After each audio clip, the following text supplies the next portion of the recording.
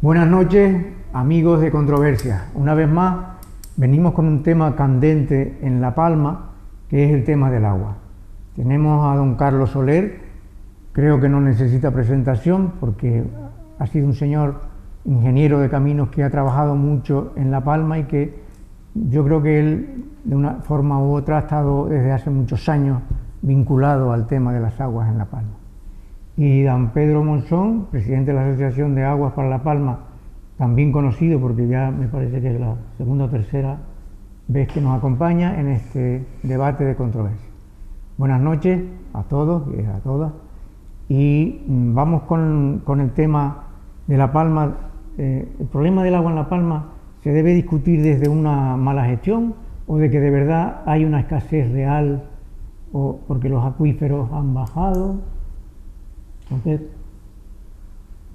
bueno, la discusión ya no es, esa discusión ya está fuera de lugar, porque se la podríamos tener tras una época de sequía o lo que sea, de muy poquita agua, lo que sea.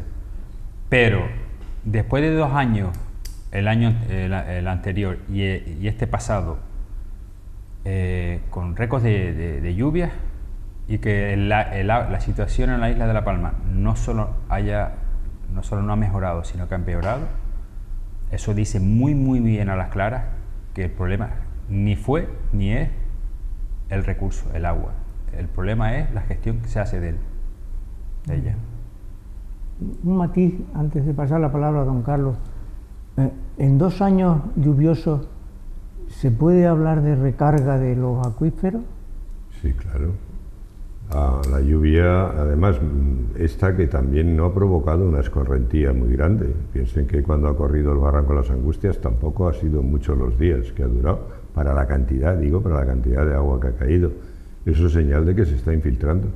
Y cuando se infiltra, pues empieza a bajar el agua y durante meses tiene que transcurrir para que se note el cambio que va a provocar. Esas galerías que decían que habían mermado de un 30%, que eran siempre las más altas, o incluso los nacientes de la Caldera, o los de Marcos y Cordero, luego enseguida se ha empezado a ver ya que han empezado a aumentar.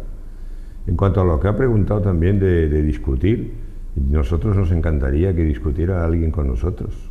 Estamos intentando que el gerente del Consejo Insular de Agua se siente delante de nosotros y podamos hablar con él, pero no nos da la opción. Y en cuanto a la pregunta que ha terminado usted, como bien le ha dicho Pedro, está muy claro, y la sequía ya no hay, ya la culpa ya no se la pueden echar a la sequía ni tampoco al cambio climático. El problema es la gestión tan nefasta que está haciendo este gobierno, y no solo este, sino desde los últimos 30 años para acá. A fe que se le ha invitado al señor gerente, me parece, creo recordar que estuvo una vez con nosotros y ya no...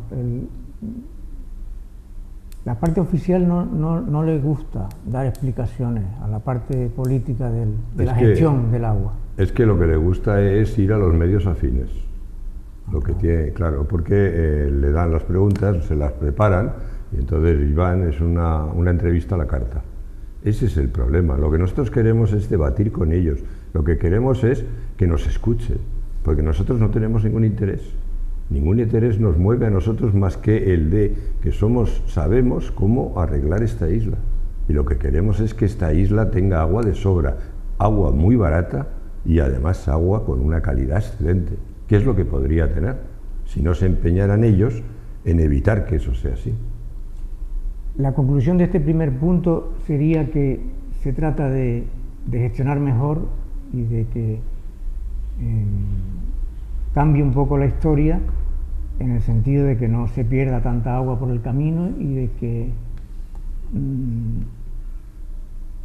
¿cuánto llevamos de gestión de una parte de los recursos acuíferos gestionada por el Cabildo, por el Consejo Insular de Agua, para ser más preciso?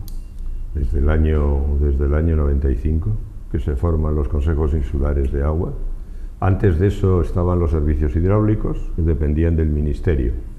Y entonces ahora, desde el año 95, se está gestionando por los consejos insulares de agua bajo la supervisión de la Dirección General de Aguas. Otra cosa es que la Dirección General de Aguas no supervisa nada. Exactamente, más o menos igual que los consejos insulares, que tendría que supervisar todo el tema de extracciones de agua, de transporte, sería el encargado de obligar a los ayuntamientos a que arregle las pérdidas en las redes municipales y no lo hace. Está haciendo dejación. ¿Por qué?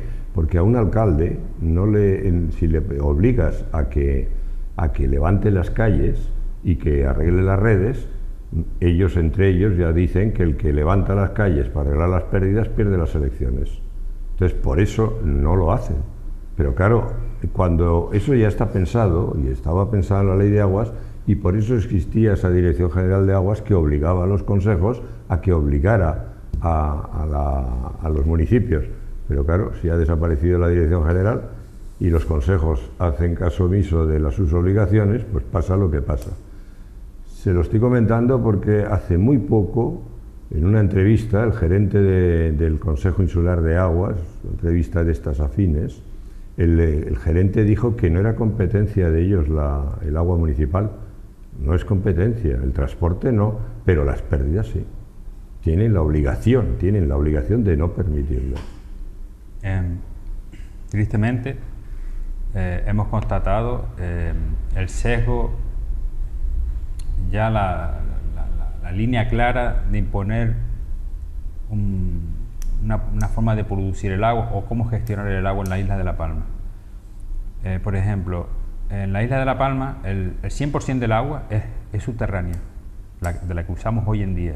Toda procede de agua subterránea, un poquito de escorrentía, pero toda subterránea. Y tenemos un nivel de pérdidas en zonas hasta del 50%, hay ciertos ayuntamientos del 50% en sus redes municipales, y en canales públicos puede haber zonas hasta del 60%, pero digamos un promedio de un 50% de pérdida. Quiere decir que de nuestros acuíferos estamos detrayendo 200 litros de agua para utilizar 100.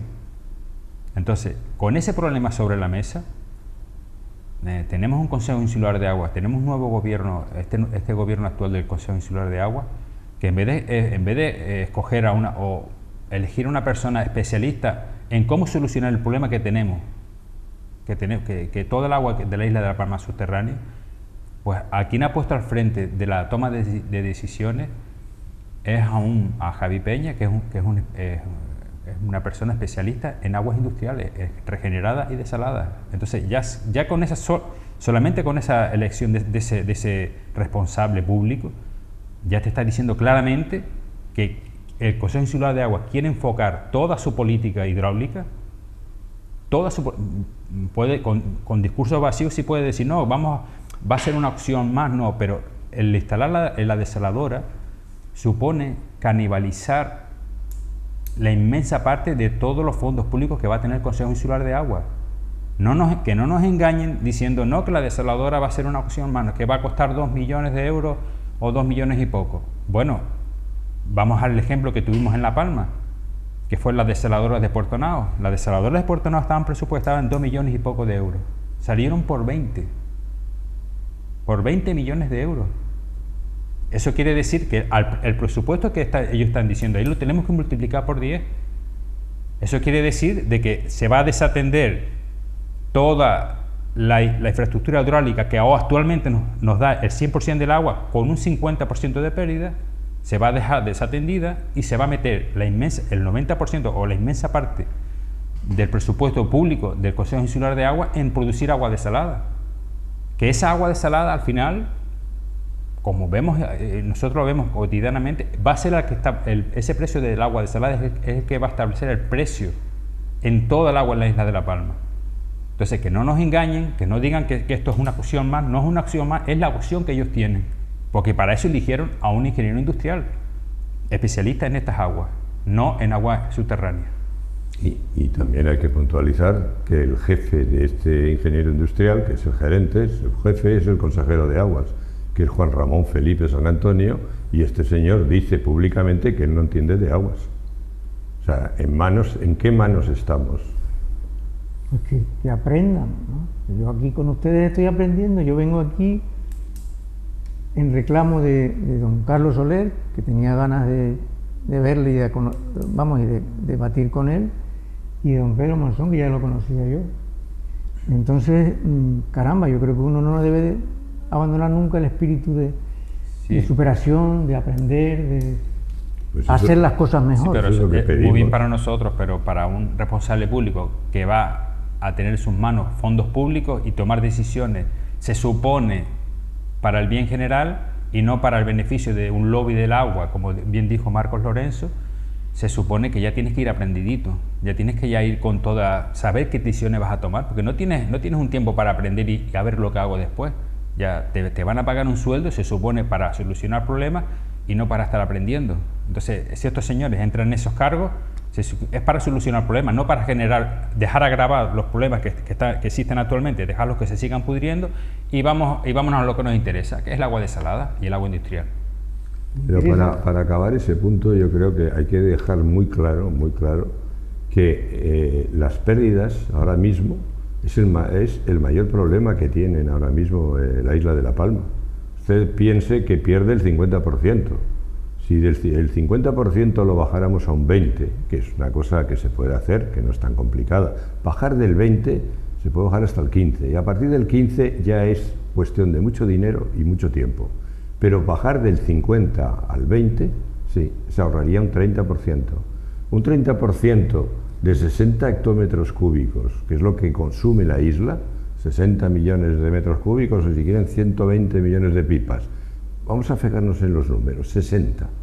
Se consumen 60, un 30% son 18. 18 hectómetros cúbicos, dense cuenta que la desaladora que van a poner no llega a 3 hectómetros cúbicos. Solamente bajando el 30% nos ahorraríamos 6 desaladoras. ¿Se da cuenta? Y no es nada del otro mundo bajar del 50 al 20. Esa es lo que se llama una política hidráulica. Y luego yo querría puntualizar también que la responsabilidad que tiene de esta situación la tiene el Consejo Insular de Aguas. El de ahora la ha heredado del anterior y el anterior del anterior, pero cuando se hicieron las transferencias, aquí, yo hice el plan hidrológico en el año 93. En el año 93 las pérdidas que había en la isla, las pérdidas eran en la parte de riego particular, o sea, de la iniciativa privada, y era un 5%. Usted fíjese lo que ha cambiado de un 5 a un 50, se ha multiplicado por 10. ¿Por qué? Porque la iniciativa pública no sabe mantener, pero la privada sí, porque a la privada le duele en el bolsillo y por eso la mantiene. Esa es la diferencia. También eso implica la política hidráulica, porque ¿a quién se le entrega el agua cuando se hace una obra? ¿A quién? A alguien que la sepa gestionar y que la sepa mantener. Ese es otro de los problemas, porque aquí se hace una obra pública y la obra se entrega al Consejo Insular, que ni sabe gestionar ni sabe mantener. En cambio, la iniciativa privada sí lo sabe hacer. Algo que nos interesa creo remarcar es el dato de que ya tenemos una experiencia, aunque fuera en un momento crítico para la isla como es la erupción, que deprisa y corriendo se establecieron dos desaladoras portátiles. Sí, dos o tres módulos. Y el presupuesto era de 2 millones y se multiplicó por 10. Señores, esto hay que contarlo y hay que incluso pedir explicaciones, aunque han pasado unos añitos. Yo creo que la gente tenemos que tener memoria para cuando una iniciativa del Cabildo, que es el gobierno de la isla, me acuerdo que no viene a cuento hoy porque estamos tratando el tema que estamos tratando de cuando el tratamiento de basuras, de los residuos, que es algo muy importante en el mundo, y aquí íbamos de fiasco en fiasco, o sea que de iniciativas millonarias que después se quedaban en que no servían. Entonces hay que planificar primero para Es que piense que presupuestar y gestionar. Lo que acaba usted de decir, se planifica, pues hacen unos planes hidrológicos, pero luego se los saltan. Ellos mismos hacen los planes, o los encargan, los dirigen y luego los aprueban. Y cuando los han aprobado, luego hacen lo que les da la gana. Porque, por ejemplo, estas dos desaladoras de Breña Alta no están en ningún lado. La compra de los pozos del jurado tampoco, digo del jurado de la Herradura, tampoco estaba en los planes hidrológicos. Yo, por mi desgracia, me he leído todos los planes hidrológicos de esta isla, todos los que se han hecho. Y le digo, ahí nunca han aparecido comprar pozos, ni subvencionarlos como hizo el régimen anterior, tampoco. Y sin embargo lo hacen y colocan desaladoras que tampoco han aparecido nunca. En cambio, lo que sí viene que había que hacer, no se ha hecho. Una de las cosas era arreglar las pérdidas. Esa es la conclusión de este tema que estamos ahora mismo, de esta parte del debate de hoy, es que hay que solucionar y la población tiene que saber que la isla tiene agua suficiente en este momento y que lo que falta es la gestión, el solucionar lo de las conducciones para que no se pierda el agua y bueno, creo que... Pero no solo eso, el tema de las pérdidas es un tema muy importante, pero es un conjunto de actuaciones que hay que hacer y no se están cometiendo. Nosotros hemos sacado recientemente una nota de prensa en la que decimos que hay dos estudios europeos, Biogás y Génesis. El Biogénesis se trata de aplicar soluciones basadas en la naturaleza y el Biogás es recuperación de fuentes y nacientes. Esa fuente y naciente la podemos recuperar ¿cómo? Gestionando mejor el acuífero, sacando el agua a demanda. ¿Cómo lo podemos conseguir? Con cierres hidráulicos en todas las galerías, todas. No una sí, una no, todas. Porque la ganancia o la tiene la misma galería o se la deriva a otra. O sea que la idea es retener el agua dentro del acuífero y sacarla cuando se necesita. Esa es una medida, creo que es la estrella, porque guardaríamos el agua en altura y la sacaríamos a demanda, a gravedad, para regar de la cuota 400 abajo, es donde tenemos más del 90% de todos nuestros cultivos. Esa es una medida. La otra medida, lo que venías hablando, del tema de las pérdidas. Hay que acometerla, pero de verdad, no veremos, ya lo veremos. Ahora, para escapar vamos a poner desaladoras, que claro, si ponemos la desaladora no voy a tener dinero para arreglar las pérdidas. El tema también de la mejora en la eficiencia de los cultivos. Todas, es una batería de medidas. El túnel de trasvase, que se me está olvidando, acometerlo de verdad y no con falsos anuncios que no se están llevando a la realidad. Merece un punto de aparte el tema del trasvase. Vamos un poquito, don Pedro, si te parece, por parte. Hablamos de los cierres hidráulicos, don Carlos. Sí, los cierres hidráulicos hay que distinguir entre cierres y tapones, porque no es lo mismo. Un cierre hidráulico, o sea, vamos a empezar por los tapones. Los tapones se hacían en las galerías, por ejemplo, cuando se captaba agua de mala calidad por un ramal. Por ejemplo, la Galería Vergara en Tenerife es una galería que está en V y una de los ramales pilló agua de mala calidad. Como el agua era mala, lo que se hizo fue un tapón de hormigón y se colocó el tapón para que no entrara y siguieron perforando por el otro lado. Eso es un tapón. Un cierre hidráulico no es eso. Un cierre hidráulico es hacer un marco en la galería y luego una compuerta de acero. Ese marco y esa compuerta va a tener que aguantar toda la presión de agua que va a haber detrás, porque cuando el cierre se cierra, lo que hace es que toda la galería se llena, es como si fuera un depósito, pero una vez que se ha llenado la galería, se sigue llenando el acuífero y vuelve el nivel de agua, vuelve a subir a donde estaba antes de perforarse.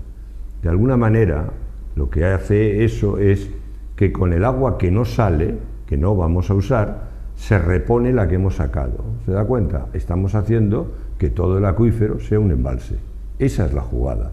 Para eso, pero además en un momento dado, ese cierre tiene que permitir que podamos pasar. Y que podamos pasar con la maquinaria, no andando, sino con la maquinaria. ¿Para qué? Para poder seguir perforando. Eso es un cierre hidráulico. Lo que se ha hecho en estas islas, todavía, no son cierres hidráulicos más que lo que se hizo en La Gomera y lo que antes se hizo en la isla del Hierro. Los demás, tanto los de la caldera de Taburiente que los he visto, esos cierres no son accesibles, es un tapón, y lo que hay en muchas galerías son tapones. Entonces hay que saberlo hacer, y entonces aparte que hay que hacerlo calculándolo bien, Porque dése cuenta, por ejemplo, le doy un ejemplo, cuando perforamos el túnel de trasvase en la Boca de las Breñas, antes de romper un dique, medimos la presión que había detrás del dique y era el equivalente a una columna de agua de 120 metros por detrás del dique. O sea, si el tapón está mal, puede reventar. Y eso supone un chorro de agua que puede producir de todo. De hecho, ha habido problemas, pero antiguamente, porque no habían hecho esos cierres. Lo que le quiero decir es que un cierre es una estructura hidráulica que hay que saberla hacer. Bien, y otra de las cosas es lo que ha apuntado Pedro. Los cierres hay que hacerlo en todas las galerías. Hay galerías en las cuales sí se hacen, porque hay estructuras geológicas que no solo son los diques volcánicos, sino hay otras más que permiten que toda el agua que no salga se quede en el acuífero que explota la galería. Pero en las demás galerías, aunque no haya esas estructuras geológicas, al ponerles un cierre, lo que obligamos es que el agua se infiltre, con lo cual van a beneficiarse las de abajo. Si eso lo hiciéramos en todas las galerías, beneficiaríamos todas las galerías. ¿Se da cuenta? Por lo tanto, eso que dice el Consejo Insular de Aguas, que dice dos cosas. Una, que hay algunas galerías que no se puede hacer el cierre. No es verdad. Hay que hacerla en todas, para que beneficie a la galería o para que beneficie al acuífero, o sea, a todos. Y luego lo siguiente que dice es que no puede obligar a las galerías a que lo hagan. No es verdad. La Ley de Aguas de Canarias ha puesto a los consejos insulares para que realice eso, porque hay una cosa muy clara: no se puede desperdiciar agua, porque el agua es pública. Aunque la obra sea privada, el agua es pública. Por esa razón, el Consejo Insular es el organismo público que tiene que evitar que se desperdicie agua. Por lo tanto, el gerente tiene que leerse la Ley de Aguas. Y cuando se la lea, verá que tiene en su mano, aunque se hayan inscrito o no se hayan inscrito, el poder para obligarles a que la cierren. Lo que hay que hacer también es subvencionar esos cierres y dirigirlos. Una pregunta interesante, de un comentario muy interesante, que es: en aquellas galerías que tienen más concesión de perforación, habría que hacer un bypass para permitir... ¿Evitar el cierre? No, evitarlo no. Dejamos el cierre y hacemos un bypass para seguir la perforación de la galería, pero tiene que ser alejado del cierre, ¿no? No, es que el cierre, la virtud que tiene el cierre es que cuando una vez hecho, salen unas válvulas de allí, salen unos tubos con unas válvulas. Con eso usted puede sacar el agua que se necesita, no solo cerrarla toda, sino sacar solo la que se necesita. No se desperdicia nada. Que, por cierto, eso es una ventaja para el accionista y una ventaja para la propia galería. Luego se lo explico por qué. Pero en lo que usted me dice, una vez que controlamos toda el agua, yo lo que le decía es que habrá un día que necesitaremos entrar otra vez y seguir perforando. ¿Qué se hace? Se abre la compuerta y ya está. La compuerta tiene que tener el ancho, lo que en ingeniería se llama el cálibo, como en los túneles, para que pase el camión. Pues aquí, para que pase no solo la gente andando, sino toda la maquinaria tiene que pasar. Como más o menos la sección está medida para que pase una máquina, lo que hay que hacer es el marco un poco más grande para que luego la compuerta sea justo la sección de la galería. Claro. Sí, y yo lo que le quería apuntar, algo, pero que se me acaba de ir. Los cierres, ¿era de algo de los cierres? La ventaja, sí, la ventaja que eso. Mire, ahora mismo lo que están haciendo es que en La Palma se ha heredado una política hidráulica que vino en Tenerife. Esa política hidráulica era que se hicieron las balsas para llenarse con el agua de los excedentes de las galerías.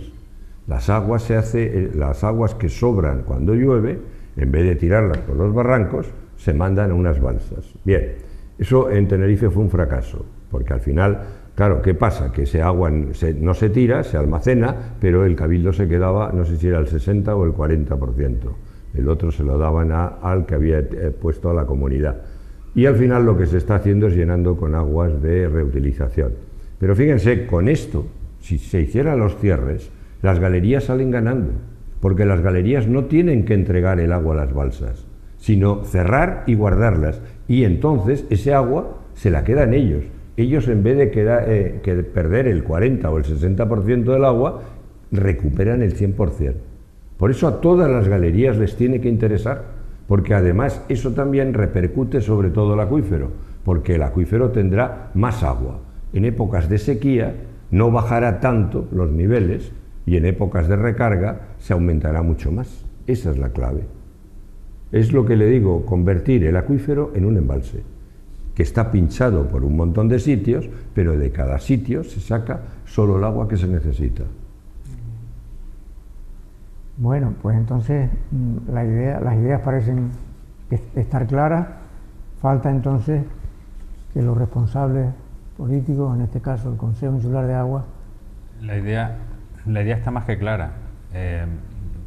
Vuelvo a repetir, hay dos proyectos europeos, aparte de lo que ha estado defendiendo la asociación desde hace muchos años, la instalación de los cierres hidráulicos, y hay dos proyectos europeos que implícitamente ya dicen eso, que hay que gestionar el agua, no producir más agua, sino gestionar la que ya tenemos. Entonces, muchos de estos proyectos también financiados en parte por instituciones públicas, entre ellos el Cabildo de La Palma, pero claro, son proyectos que se quedan muy bonitos en el papel, tienen mucha lógica, hay que hacerlo, sí, pero al final no se llevan a cabo. El mismo presidente del Cabildo, Sergio Rodríguez, dijo: cualquiera está de acuerdo con lo que dice la Asociación de Agua para La Palma. ¿Cómo no vamos a estar de acuerdo en eso? Sí, pero el que esté de acuerdo y después al final, en la realidad, haga exactamente lo contrario, porque, vale, tú puedes estar muy de acuerdo en los cierres hidráulicos, pero es que resulta de que has propuesto como 5, 6 o 7 desaladoras y has hecho un cierre hidráulico solo.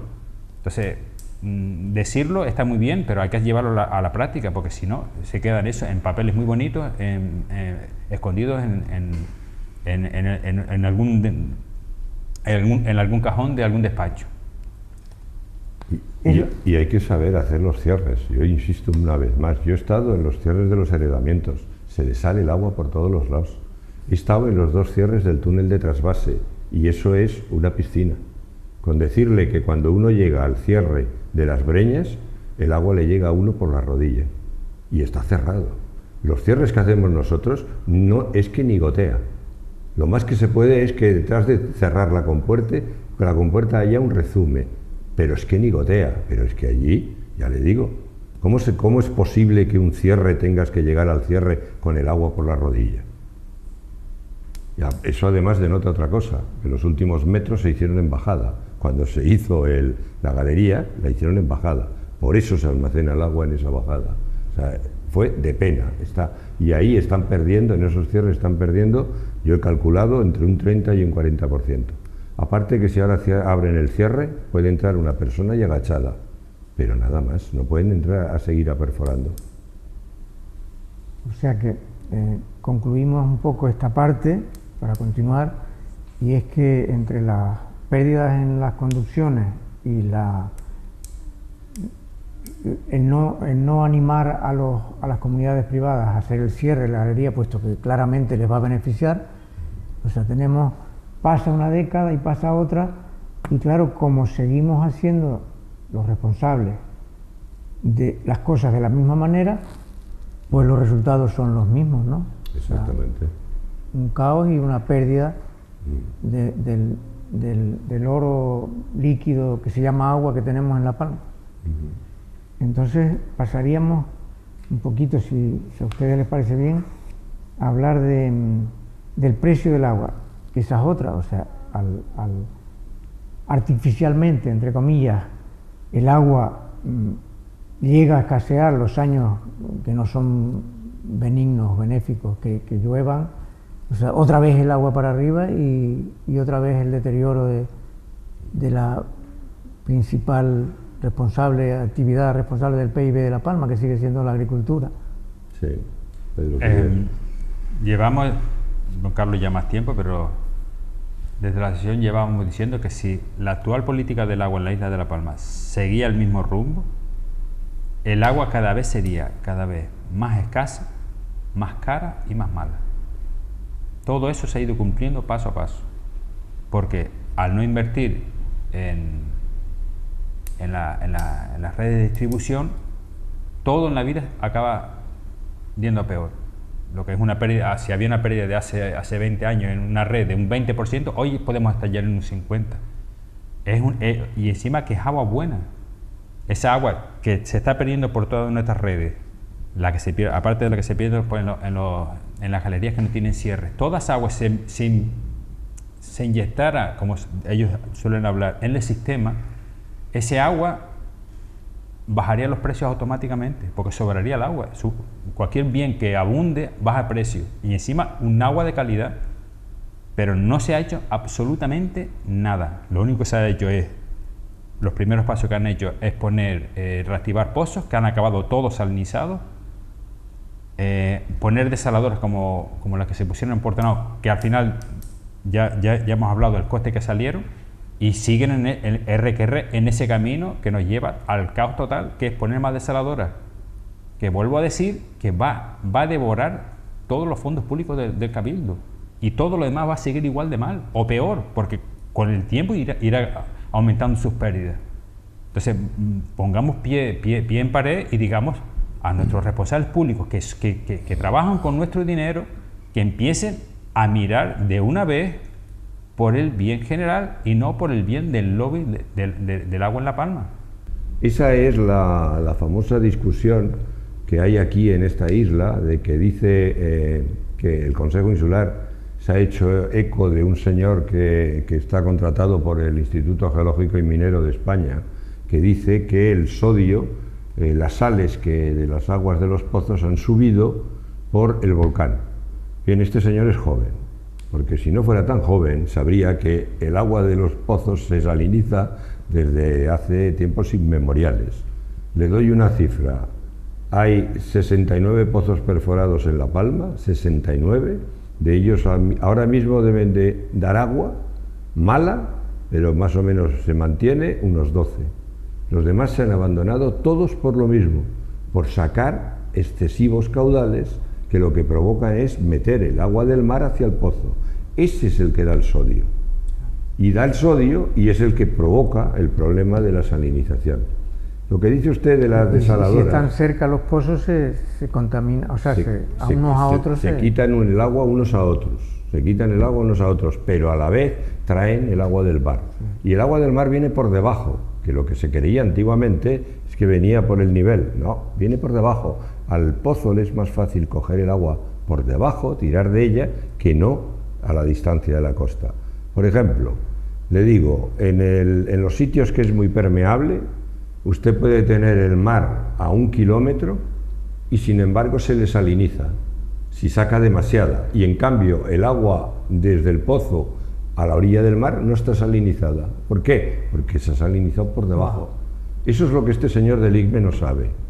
Y entonces le echa la culpa al CO2, y le echa la culpa al dióxido de carbono, y le echa la culpa a que eso saliniza todo. No es cierto. El CO2 reacciona con el agua y forma ácido carbónico. Y ahí está, tiene razón este señor. Y luego ese ácido carbónico ataca las rocas y se lleva el calcio y el magnesio y el potasio, pero nunca el sodio. El sodio no se lo lleva de las rocas volcánicas porque hay muy poco. Y además porque necesita mucho tiempo para hacerlo. El CO2 es un ácido débil. Ese ácido débil, para que ataque a una roca, necesita estar mucho tiempo, no 2 años. Estamos hablando de centenares de años. Entonces, cuando pasa así, entonces sí, o miles de años, deshace el basalto. Y al deshacerle, se lleva el sodio. Pero no en los pocos años que hay. Lo que pasa es que al Consejo Insular coge lo que quiere. Y ahora le viene muy bien al Consejo Insular de Aguas echarle la culpa de la mala calidad de los pozos al volcán. Porque además, si el volcán es el culpable, pues igual que hay hasta alguna compensación, que eso también les interesa a la gente de los pozos, no lo olvidemos. Pero la realidad es que puede haber dióxido de carbono en los pozos, yo no lo discuto, debido al volcán, pero lo que está claro es que la salinidad no es debido a eso. La salinidad es debido a que cada vez hay menos pozos y tienen que sacar más agua cada uno. Luego cada vez la intrusión marina es mayor. Ese es el problema. Bueno, tocando el tema de los pozos, porque eso hay mucha polémica ahí, se está haciendo se está siendo utilizada por el Consejo Insular de Agua, por Javi Peña en todos los sitios donde encuentra, con informe del IME. Todo esto, este informe es para sembrar el camino para tomar una decisión, que es poner la desaladora. Eso es que el que lo quiera ver, que lo vea. Un punto que nosotros queremos trabajar en él y queremos denunciar. El Consejo Insular de Aguas lleva, presumiendo este año, de que se han acumulado en los depósitos que gestiona el Consejo Insular de Aguas y en comunidades regantes la más grande, 3,5 millones de metros cúbicos de agua, que son 7 millones de pipas. Muy bien. Hasta el año 2000, el Valle de Aridane, en sus depósitos privados, acumulaba 4 millones de metros cúbicos, o sea, 8 millones de metros cúbicos de agua. Me voy a referir solamente al año pasado. Bueno, este año en el que llevamos corriente ha sido un año récord en lluvia. Si se hubieran llenado, como se hacía hasta el año 2000, esos 4 millones de metros cúbicos, son 8 millones de metros cúbicos que no hubiéramos visto caminar por el Barranco de las Angustias hacia el mar. Es imposible. Otra polémica que también se estaba diciendo, de que la asociación está a favor de hacer una presa. Nunca hemos estado a favor. Estábamos a favor de recuperar el sistema que tenía las haciendas, de sacar agua cuando le llamaban los aumentos, sacar agua por los canales, que en vez de que hay 3 canales, y sacar ese agua y llenar los depósitos del valle, que son 4 millones de metros cúbicos, 8 millones de metros cúbicos. Esos 8 millones de metros cúbicos de agua que hemos dejado llegar al mar, ¿de dónde se han tenido que sacar? De los pozos. Y se siguen sobreexplotando los pozos, y los pozos siguen aumentando su conductividad, que no es por los gases. Desde el año 2000 ha habido estos 2 últimos años se pueden haber llenado todos los depósitos del Valle de Aridane, pero toda esa demanda, toda esa agua que no se ha ido acumulando ahí, ha contribuido a generar ese déficit, que no decimos que ese sea el motivo principal, pero sí uno de los motivos que ha producido el déficit en el Valle de Aridane. La sobreexplotación, todas estas malas decisiones desde el año 2000 ha contribuido a que se hayan demandado mucha más agua de los pozos del Valle de Aridane de la que son capaces de dar. Vale, pueden dar toda el agua que quieran del mundo, porque hasta que se hagan los pescados por esos pozos. Pero volvemos a decir, todo esto se puede solucionar recuperando esos depósitos, el túnel de trasvase de verdad, poniéndose haciendo bien los cierres, sacando el agua pública por ahí, renovando las redes de riego, las redes de distribución. Todas esas medidas se pueden, y hay una solución muy clara, pero todo eso se quiere dejar a banda y garrote, no hacer nada, para que nos veamos acogotados, nos veamos otra vez en emergencia, pese a haber llovido los últimos 2 años, para ir corriendo y poner la desaladora. Ese es lo triste de toda esta historia. Don Carlos, por didáctica, repetimos un poquito, porque ya usted lo comentó en este programa hace un momento, pero por didáctica y por si alguien se ha incorporado tarde a nuestro debate de controversia, repetimos lo de que hay que hacer con el trasvase. Con el túnel de trasvase. Sí. Bueno, el túnel de trasvase, tienen que pensar ustedes que cuando empezó era una obra que se llevaba el agua del este al oeste. Es una obra que la promueve la gente de los pozos del Valle de Aridane y los heredamientos de las haciendas de Argual y Tazacorte. Eso fue en el año 95 más o menos. Esa obra consistía en un túnel de 10 kilómetros de longitud que se acometía 5 por cada lado, 5 por la boca de las Breñas y 5 por la boca de los Llanos, pero puesta así, en bajada, porque era claro que se iban a llevar el agua del este hacia el oeste.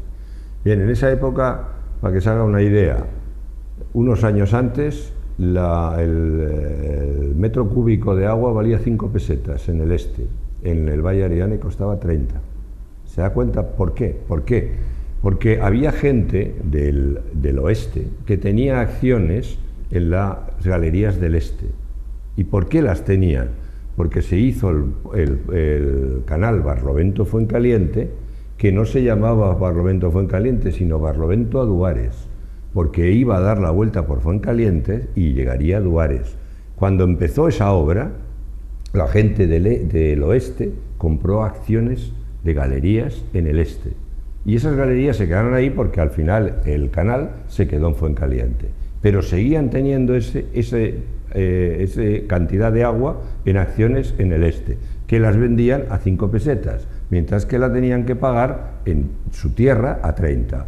Esos fueron los que promovieron esa obra. Era intentar que el canal Barlovento-Fuencaliente llegara al valle. Bien, pues entonces cuando empiezan, yo en ese momento era jefe de obras y proyectos en la Dirección General de Aguas y me opuse porque dije que eso era una locura, porque hacer ese túnel en esa forma, era dos locuras. Una, llevarse el agua del este al oeste. ¿Por qué? Porque la gente vendería el agua y abandonaría la agricultura en el este.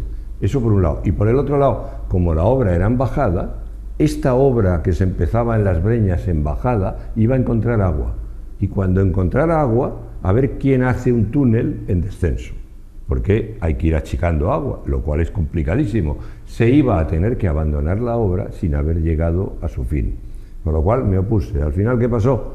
Pues que y el contratista, que era el proyectista, al que le habían pagado para que hiciera el proyecto, la gente de los pozos y los heredamientos, que era Eduardo García, hizo un cónclave y pidió opinión a muchos geólogos e hidrogeólogos e ingenieros.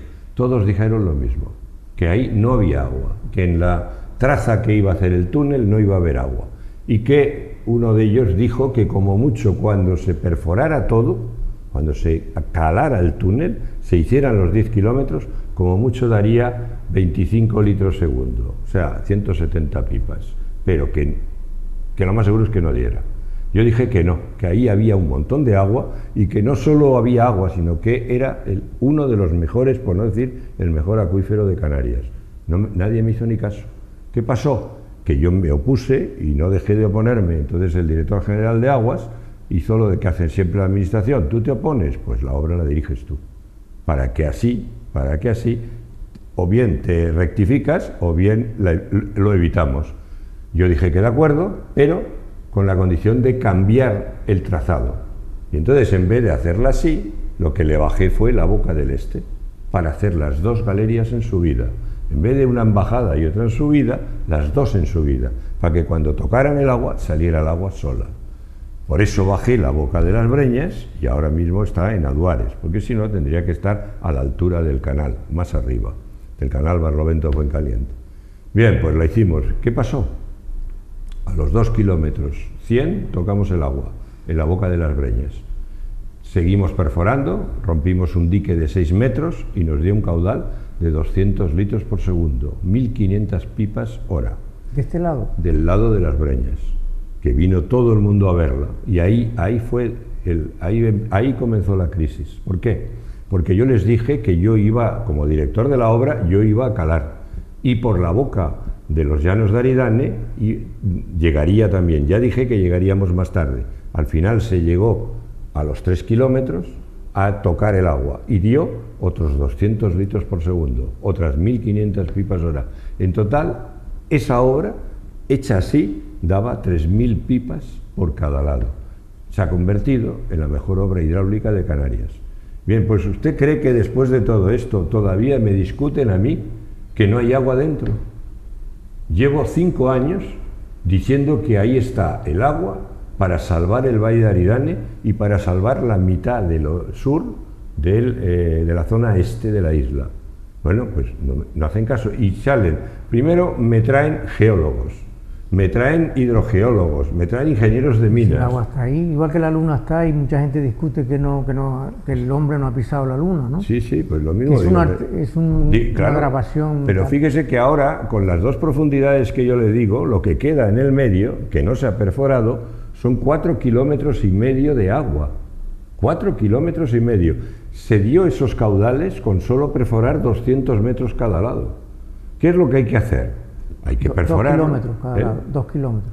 No, se ha perforado 3 kilómetros por los llanos y 2 kilómetros por el otro. En total se ha perforado 5. En total no llega, porque eran 4 kilómetros, sí, más o menos. Lo que te quedan 4 kilómetros, todavía quedan 4 kilómetros por perforar de acuífero. ¿Qué es lo que pasa?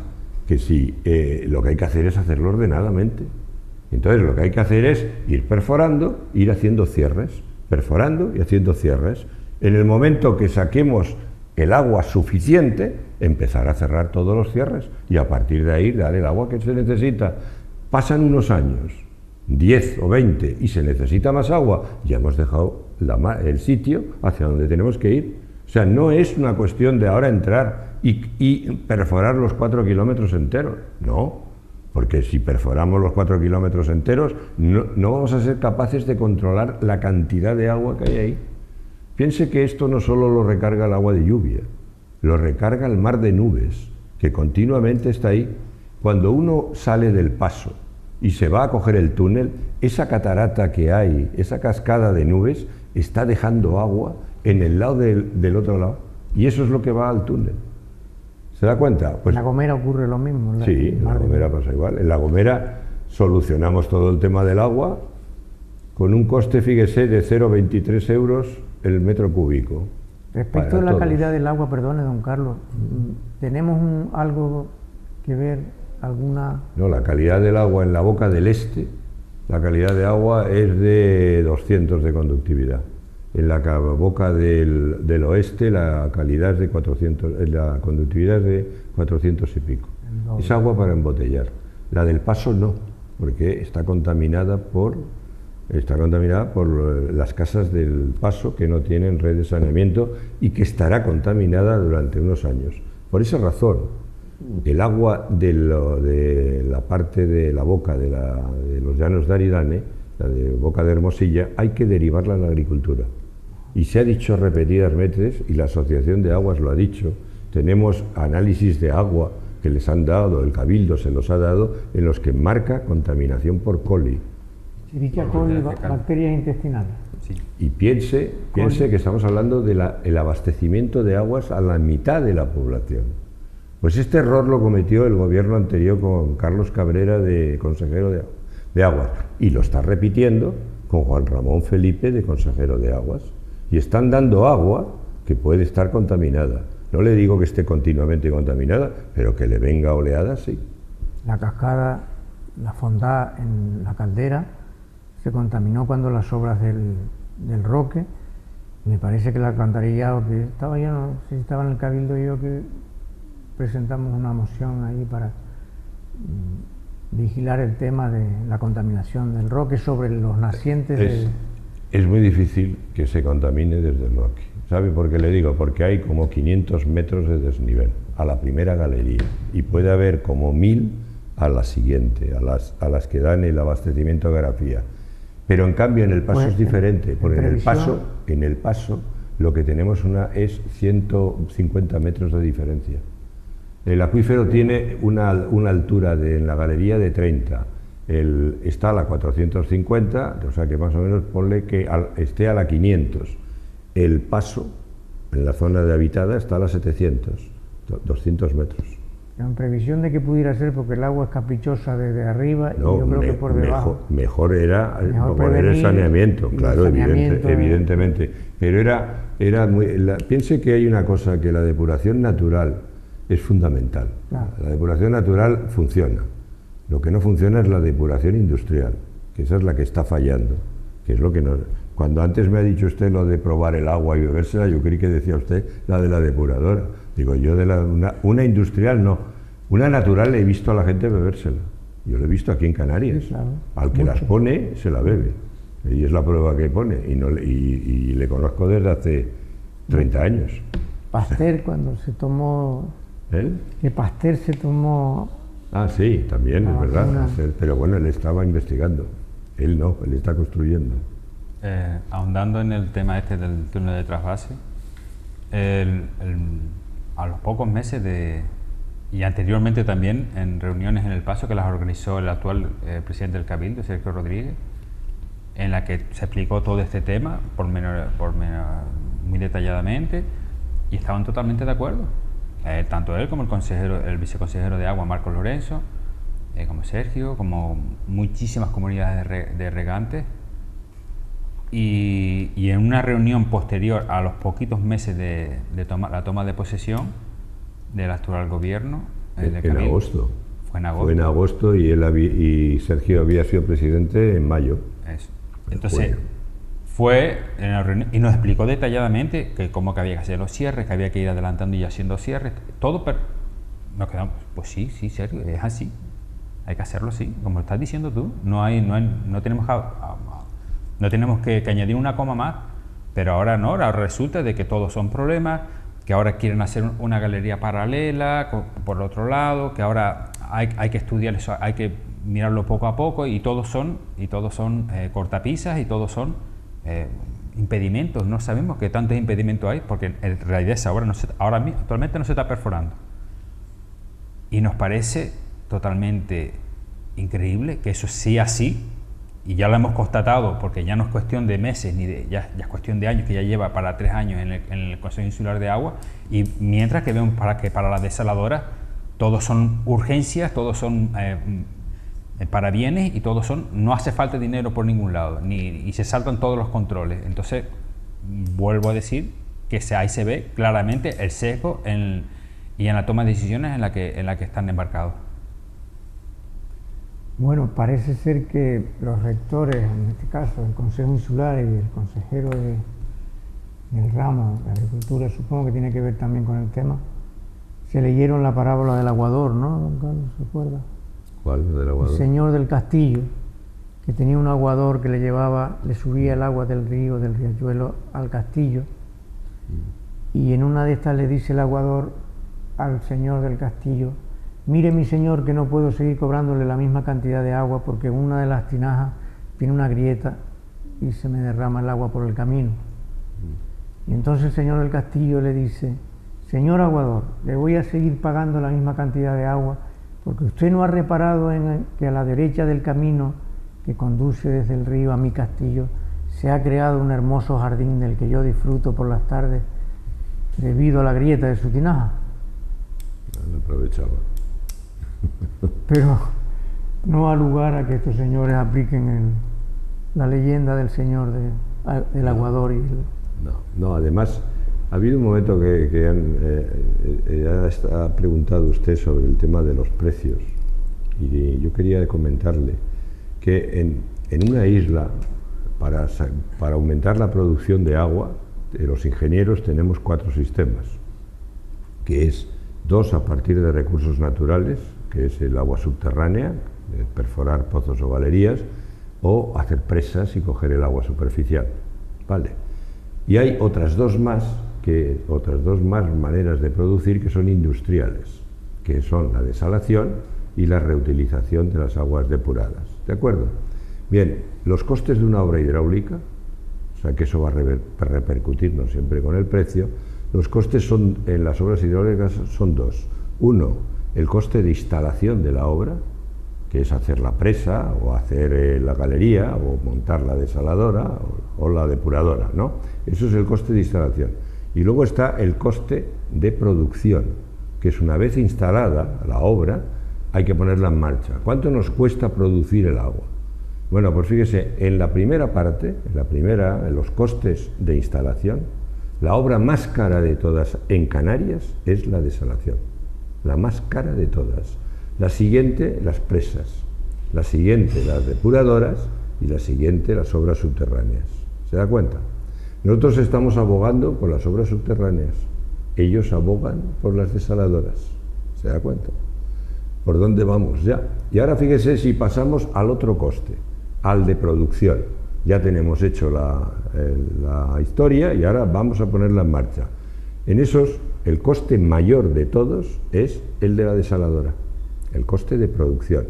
Luego, si los pozos no elevan muy alto, sería la depuración. Y luego los pozos, y por último las galerías y las presas. ¿Se da cuenta? Nosotros abogamos otra vez por la más barata y ellos colocan la más cara. ¿Se da cuenta? ¿Qué están haciendo? Lo que yo le acabo de demostrar, ¿qué es lo que están buscando ellos?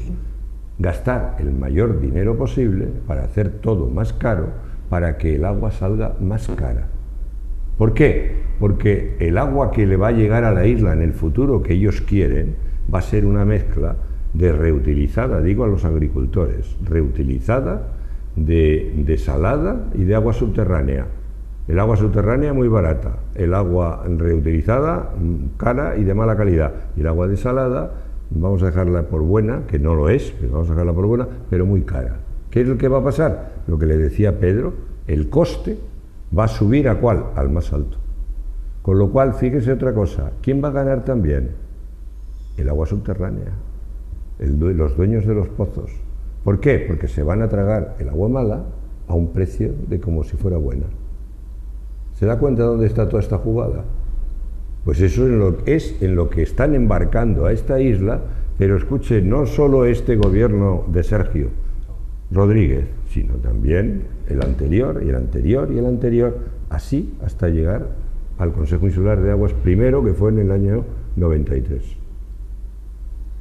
Bueno, pues se me ocurre primero darle las gracias a don Carlos Soler y a don Pedro por haberse sacrificado un poquito de su vida cotidiana y haber acudido a esta controversia, cosa que agradezco muchísimo.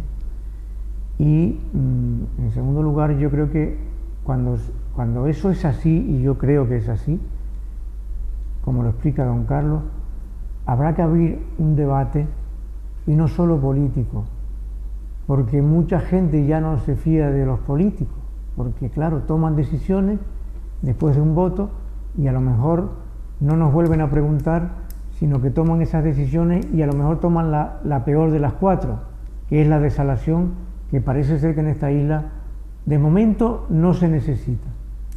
Y bueno... Pero no lo hemos dicho, pero no se necesita, ¿por qué? Porque según los números del Consejo Insular de Aguas, se infiltran cada año 265 hectómetros cúbicos, 265, se sacan 60 para consumir. Luego tenemos más de 4 veces el agua que necesitamos. Eso según los números de ellos, porque los míos son diferentes, pero ellos los han bajado. Pero aún con esos números bajados, sigue siendo 4 veces. Y yo querría terminar con lo que usted ha dicho, es que creo que tenemos que empezar a saber votar. Que dentro de un año vamos a ir a votar y tenemos que empezar a darnos cuenta de que esto lo podemos cambiar nosotros. Y lo podemos cambiar ¿cómo? Primero, exigirles a todos los partidos que se presenten que den un papel contando cuál es su política hidráulica. Usted piense que lo más importante que hay en esta vida es el agua y la energía, digo en cuestiones materiales. Es agua y energía. Que nos cuenten cuál es la política de agua y energía de los partidos políticos. Y luego otra cosa que les diría ya, como si nosotros hemos llegado a esta situación, viendo que nos ha gobernado un cabildo que se ha estado alternando entre Coalición Canaria, PP y PSOE, y en esos 3 partidos se ha hecho siempre lo mismo, ¿qué es lo que tenemos que seguir haciendo? ¿Votando los mismos para seguir teniendo lo mismo? Pues que me gustaría que ellos lo empezaran a pensar y se dieran cuenta. Buena reflexión.